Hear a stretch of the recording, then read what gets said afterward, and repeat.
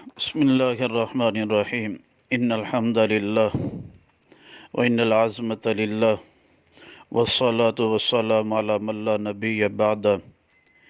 عقیدہ ختم نبوت کے بارے میں حدیث نمبر 183 بیان کی جا رہی ہے۔ یہ حدیث مبارکہ کنز العمال فی سنن الاقوال والافعال میں موجود ہے، جلد نمبر 1 صفحہ نمبر 107 ہے۔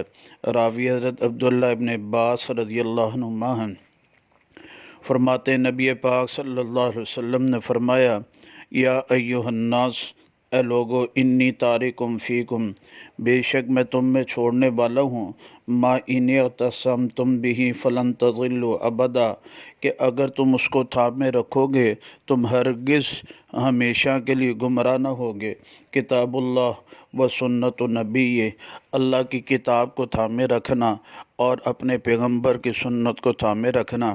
اس حدیث مبارکہ سے یہ معلوم ہوا، آپ علیہ الصلاۃ والسلام نے فرمایا، میری وفات کے بعد، میرے دنیا سے جانے کے بعد بس دو چیزوں کا اہتمام ضروری ہے، دو چیزوں کی اتباع کی ضرورت ہے، اور اس کے علاوہ میرے علاوہ کسی اور نبی کی کوئی ضرورت نہیں، بس کتاب اللہ کی اتباع اور سنت رسول اللہ صلی اللہ علیہ وسلم کی اتباع۔